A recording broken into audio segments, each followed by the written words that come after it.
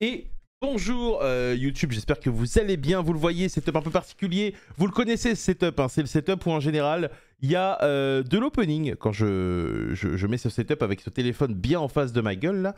Sauf qu'aujourd'hui c'est une vidéo un peu particulière. Pourquoi déjà parce que en fait j'ai jamais parlé de ça, mais je trouvais assez marrant d'en parler sur YouTube plus qu'en stream en vrai, parce que en gros je suis pas quelqu'un qui s'intéresse aux autres TCG de manière générale. C'est-à-dire que je m'y intéresse de loin, ou alors j'y joue un peu, ou alors j'y joue beaucoup comme Hearthstone, donc en fait ce que je suis en train de dire n'a aucun sens. Mais en gros, moi j'ai jamais été dans le délire Pokémon. C'est un truc, ça a jamais été mon délire. Genre j'y ai beaucoup joué à l'époque de bleu, or, argent. Mais en réalité, j'ai jamais vraiment été dans le délire des cartes Pokémon. Et pour la première fois de ma vie, je suis rentré dans le délire et du coup, j'ai le premier Master Set de ma vie. C'est peut-être le seul probablement que je ferai parce que du coup, il y a une attache un peu avec les cartes que j'ai eues et surtout, j'avais eu des opportunités sympas avec ce bon vieux Pokelmo, hein, évidemment, qui a énormément participé au fait que je puisse faire cette collection. C'est quelqu'un qui a une plateforme qui s'appelle Shiny, qui permet évidemment de faire plein d'échanges Pokémon. Alors attention, hein, c'est pas du tout une OP là, on est vraiment sur un live où tranquille quoi, c'est quelqu'un qui est vraiment cool. Et du coup, je me suis dit, mais pourquoi pas en faire une vidéo? Puisque maintenant, on est sur un rythme de une vidéo par jour. Pourquoi ne pas en parler? Donc, je vais vous montrer un peu tout ça. Et j'imagine que vous devinez évidemment quel set j'ai choisi de faire. Que c'est le set, évidemment, qui a fait en sorte de ramener énormément de gens dans Pokémon de manière générale. Alors, j'ai une POF comme ça. Mais l'idée, c'est que je me dis que comme ça, c'est un peu dégueulasse. Donc, j'ai enlevé toutes les cartes foil et je vais vous montrer toutes les cartes foil. Parce que l'idée, c'est que si jamais on commence à partir dans toutes les cartes une par une, vous allez péter votre crâne. Mais l'idée, c'est qu'en fait, si vous voulez faire un Master Set, c'est trop chiant. Il faut avoir la normale et la reverse. Donc, en gros, la différence, elle est relativement... que là, elle brille un peu, quoi. C'est assez classique. Mais donc, je vais vous montrer un peu les foils et vous allez voir. Alors, honnêtement, je sais pas du tout ce que ça a comme valeur maintenant. J'ai regardé ça il y a des mois. Faut savoir que le Master Set, je l'ai complété il y a. Je l'ai complété genre quand l'extension est sortie en fait. Donc, du coup, je ne sais pas du tout ce que ça vaut maintenant. Et vous allez me dire dans les commentaires en fait. De toute façon, je compte le garder toute ma vie. Mais voilà, l'idée c'était de vous montrer un peu les cartes et de partager avec vous un peu ça. Parce que c'est vrai que finalement, je partage rarement ce genre de truc parce que je suis pas très. Marrant de dire pour un influenceur streamer, tout ça, dire je suis timide, c'est rigolo en vrai. Mais en gros, je partage jamais ce genre de truc. Et je me suis dit que ça pourrait être sympa pour la vidéo du jour de parler un peu de ça. Évidemment, ce sera peut-être la seule vidéo Pokémon puisque je compte vraiment pas refaire de set. Mais voilà, donc ça c'est tout le set 151, donc ça c'est toutes les foils que j'ai enfin réussi à avoir. Alors, faut savoir que il y en a certaines qui étaient plus dures que d'autres, évidemment. Mais ce qui me fait kiffer, c'est de me dire que c'est en ouvrant des packs que j'ai eu la majorité. Et ça, c'est quand même relativement sympa. Donc du coup, on a les ex un peu classiques. Donc ça, je crois que c'est pas ouf. Avec tout ce qui est Dracofeu, Florizard, Tortank. Alors évidemment, normalement, c'est censé être dans l'ordre du Pokédex, hein, si je me trompe pas. Donc là, il y a ce Fenard là qui est plutôt random en réalité, qui est pas ouf. Alors moi, je sais pas. Moi, honnêtement, je connais pas bien. Il me semble que les cartes ex comme ça, c'est pas un truc de ouf, tu vois. Il faut quand même les récupérer. Donc c'est toujours un peu chiant, mais je crois qu'en termes de valeur, ça n'a pas énormément de valeur. C'est vraiment quelque chose qui est facilement récupérable. C'est tout de suite tout ce qui va être AR et autres. Donc ça, c'est les ex classiques, hein, pour ceux qui ne connaissent pas. Ça, c'est vraiment des cartes assez banales à récupérer. Et là, on commence à arriver dans tout ce qui est AR. Alors les AR, moi, c'est les cartes qui m'ont fait le plus kiffer dans le jeu.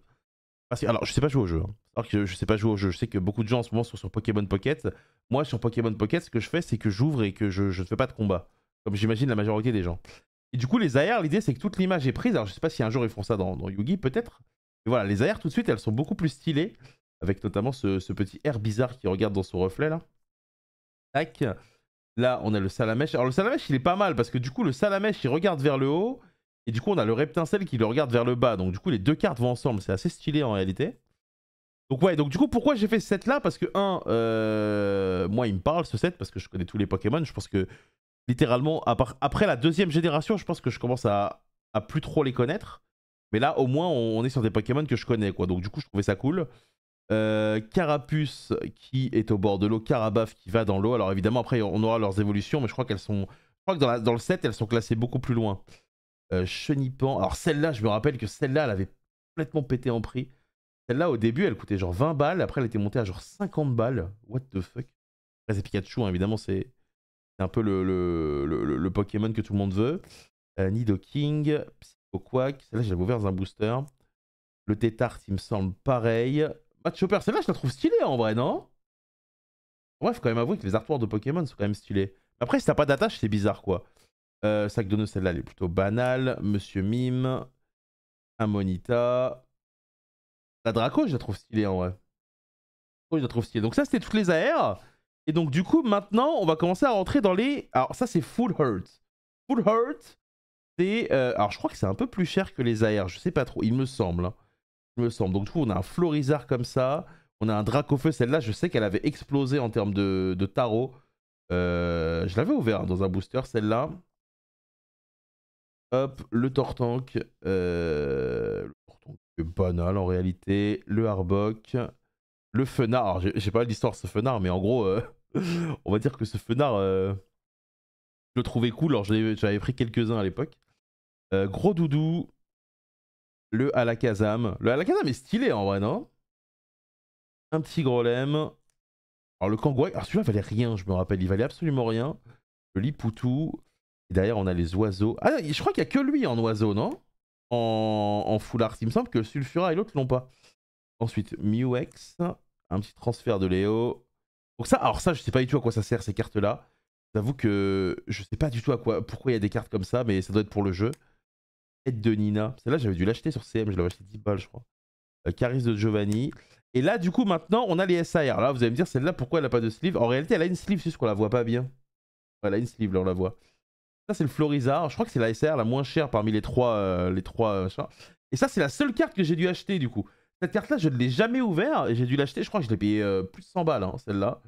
Mais bon, une fois qu'on avait quasiment tout le set, c'était quand même assez worth de la prendre, quoi.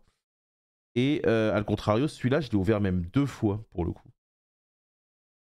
Ensuite, il y avait Alakazam. Et évidemment, celle des 3 oiseaux qui est absolument incroyable. Mais du coup, ouais, c'est marrant parce que moi, je suis pas du tout collectionneur. Même à Yugi, de manière générale, le seul truc que je collectionne, c'est genre mes cartes vraiment préférées, tu vois. Genre Dad, par exemple. J'ai tous les exemplaires de Dad. Alors, il me manque l'Ultimate, mais elle est un peu chère, quoi. Mais voilà, sur Pokémon, c'est la première fois. C'est vrai que c'est assez rigolo. Donc, Charisme de Giovanni. Et là, derrière, c'est les Gold. Alors, Gold, j'ai pas trop compris parce que du coup, c'est la rareté la plus dure à choper, théoriquement, mais les cartes valent rien. Donc, Muex, celle-là ne valait absolument rien. Échange. Et une énergie en gold. Alors ça, j'imagine que c'est pour le jeu. Et du coup, derrière, il y a les promos. Donc ça, c'était la promo de la Twin Box. Enfin, de l'ETB, quoi. Ça, ça c'est ETB ETB, je pense. Non, UPC. UPC. Et ça, pareil.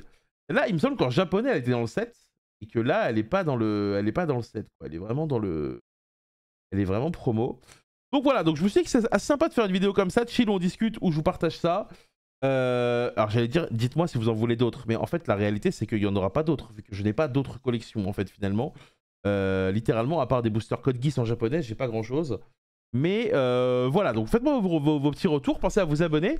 Et demain, on se retrouve comme d'habitude à 17h pour une nouvelle vidéo et 11h sur Twitch. Pour ceux que ça intéresse, des bisous, ciao, bye.